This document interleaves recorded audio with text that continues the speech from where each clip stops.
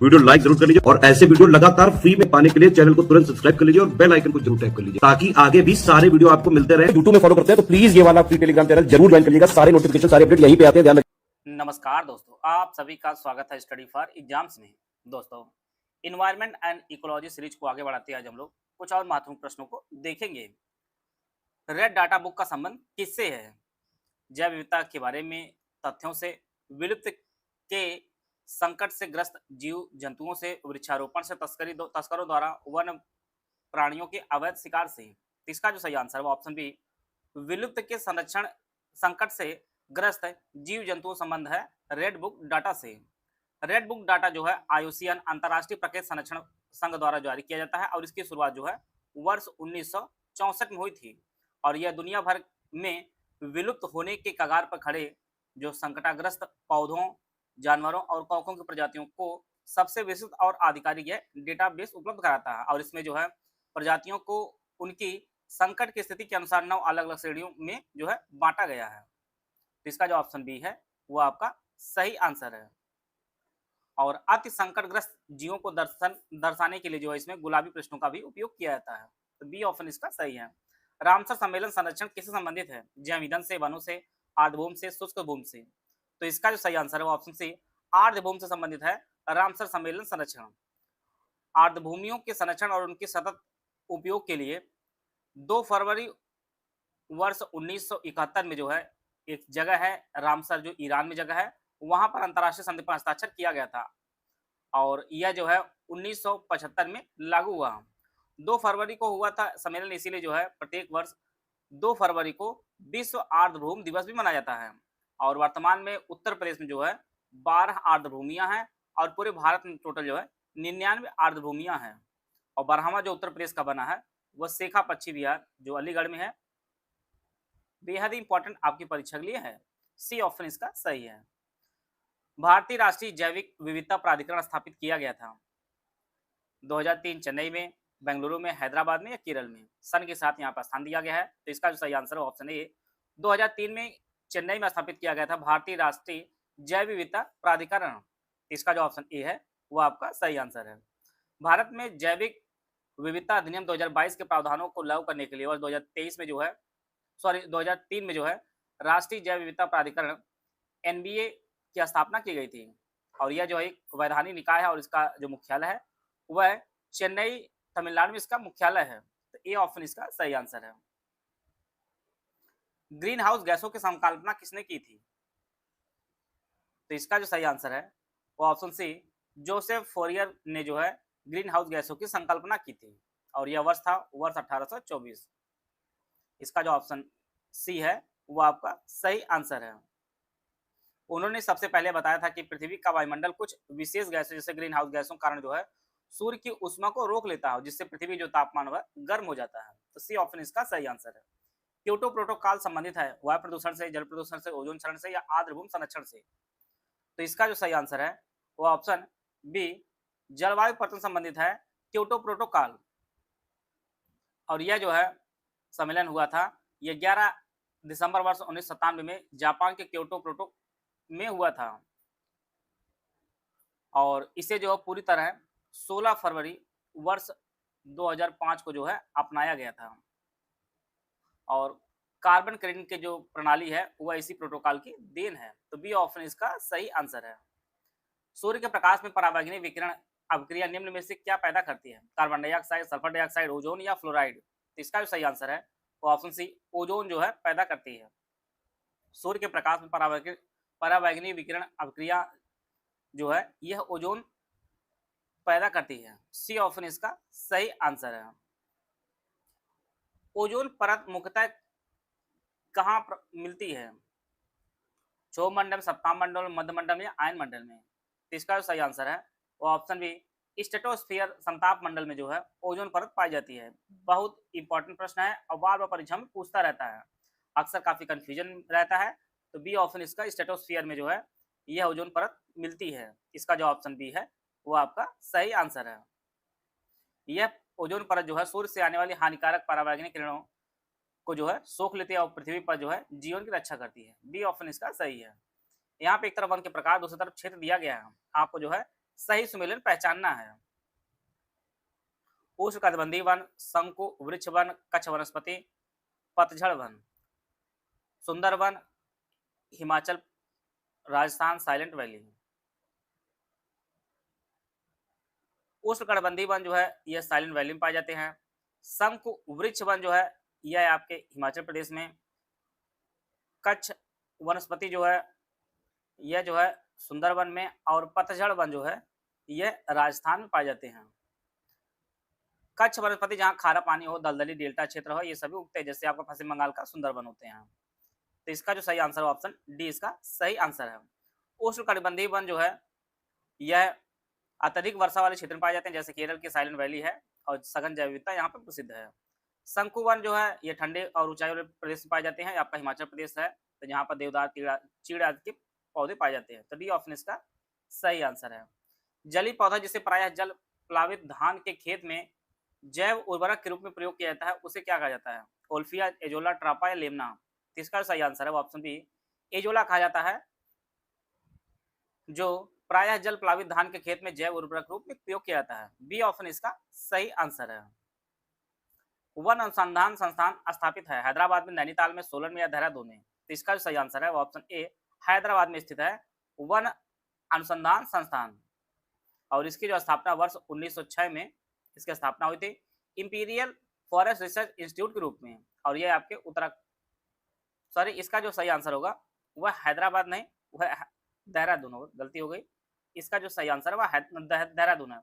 One अनुसंधान संस्थान जो है आपका यह देहरादून में स्थित है, और फॉरेस्ट रिसर्च इंस्टीट्यूट जिसे हम लोग EFRI के नाम जानते हैं, और इसकी जो स्थापना हुई थी वर्ष 1906 में इसकी स्थापना हुई थी देहरादून में इंपीरियल फॉरेस्ट रिसर्च इंस्टीट्यूट के रूप में। तो यह जो है देहरादून जो उत्तराखंड में स्थित है, और यह जो है भारतीय वानिकी अनुसंधान एवं शिक्षा परिषद ICFRI के अंतर्गत जो है कार्य करता है। तो वन अनुसंधान संस्थान जो स्थित है आपके देहरादून में स्थित है। National bureau of plant genetic resources कहाँ स्थित है? नई दिल्ली में, कोलकाता, मुंबई में, चेन्नई में? तो यह जो स्थित है यह नई दिल्ली में स्थित है, national bureau of plant genetic resources. A option इसका सही आंसर है, और इसकी स्थापना जो है वर्ष 1976 में इसकी स्थापना हुई थी, और यह जो है भारतीय कृषि अनुसंधान परिषद ICAR के अंतर्गत जो है कार्य करता है। ए ऑप्शन इसका सही आंसर है। World wild life fund WWF का प्रतीक कौन सा है? हाथी, जाइंट पांडा, हार्नबिल, सफेद भालू? तो इसका सही आंसर है ऑप्शन बी, जाइंट पांडा जो है यह वर्ल्ड वाइल्ड लाइफ फंड का प्रतीक है। बी ऑप्शन इसका सही आंसर है, और इसकी जो स्थापना है वर्ष 1961 में इसकी स्थापना हुई थी। पर्यावरण संरक्षण की यह सबसे बड़ी जो है संस्था है। इसका जो ऑप्शन बी है वो आपका सही आंसर है।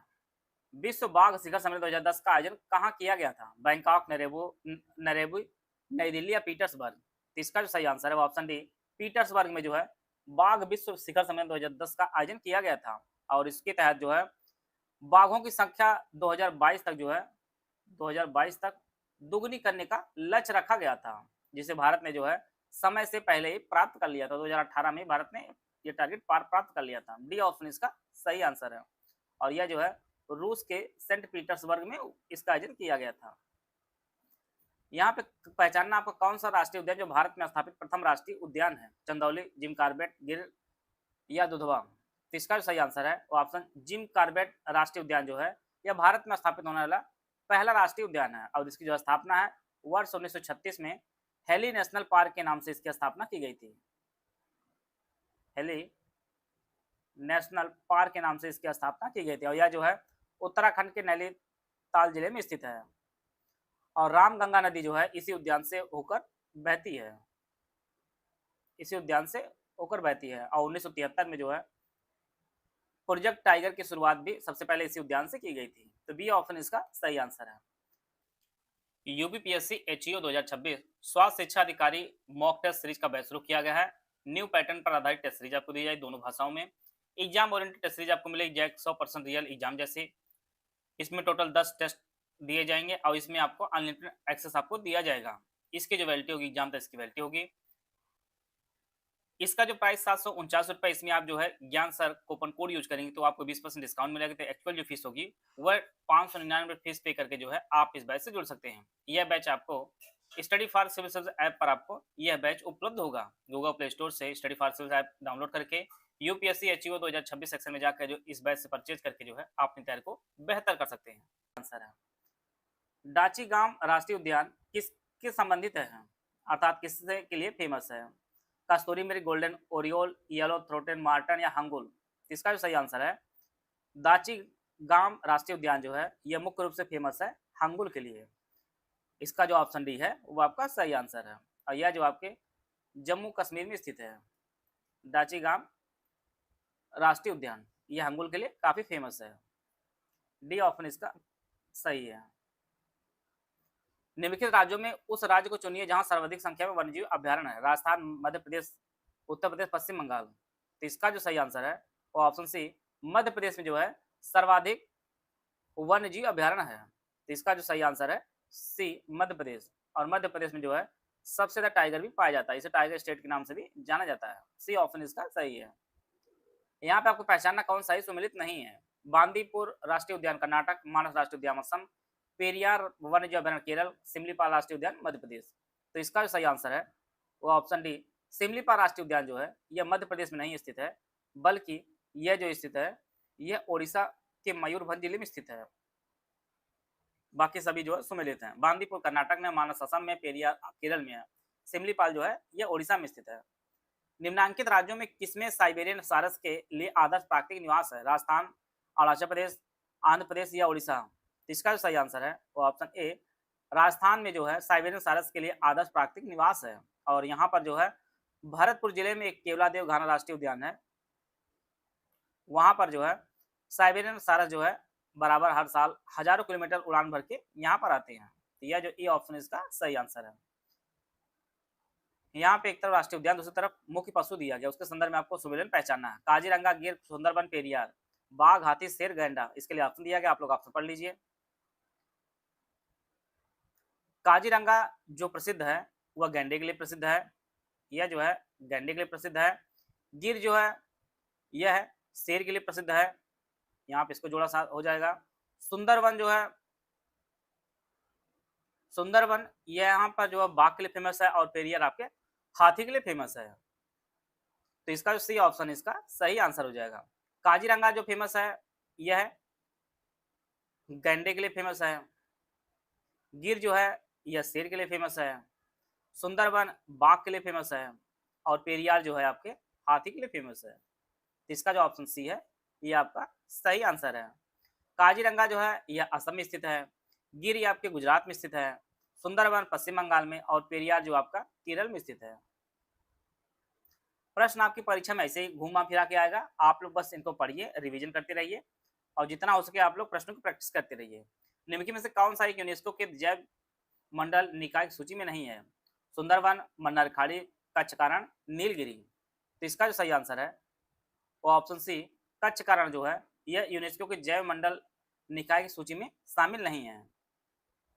इसका जो ऑप्शन सी है वो आपका सही आंसर है।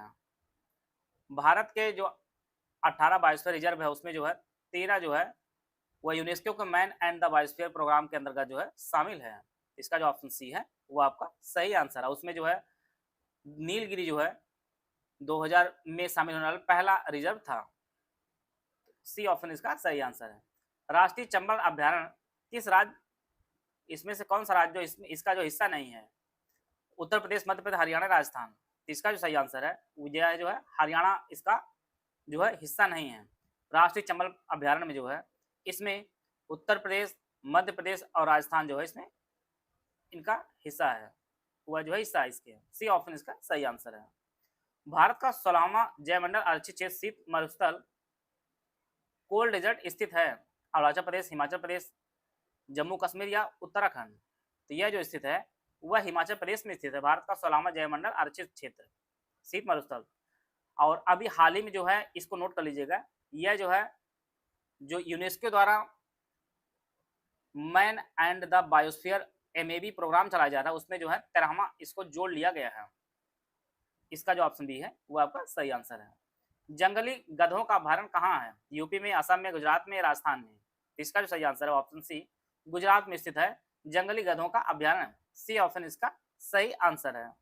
और यह जो है कच्छ किरण के क्षेत्र में विशेष रूप से पाया जाता है और इसकी स्थापना जो वर्ष 1973 में इसकी स्थापना हुई थी और क्षेत्रफल दृष्टि यह जो है भारत का सबसे बड़ा वन्यजीव अभयारण्यों में से एक है। सी ऑप्शन इसका सही है।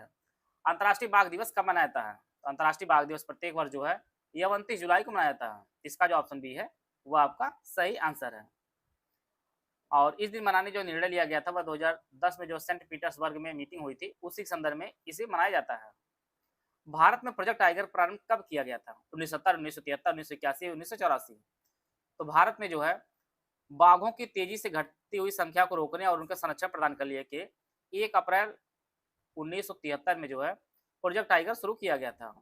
इसका जो ऑप्शन बी है वो आपका सही आंसर है। और यह जो शुरुआत हुई उत्तराखंड के जिम कॉर्बेट नेशनल पार्क में इसकी शुरुआत हुई थी और कैलाश सांखला को इस प्रोजेक्ट का निदेशक बनाया गया था और यही कारण जो है कैलाश सांखला जी को टाइगर मैन ऑफ इंडिया के नाम से भी जाना जाता है। यह भी नोट कर लीजिए, परीक्षा दृष्टि इंपॉर्टेंट है। कैलाश सांखला को जो है टाइगर मैन ऑफ इंडिया के नाम से भी जाना जाता है।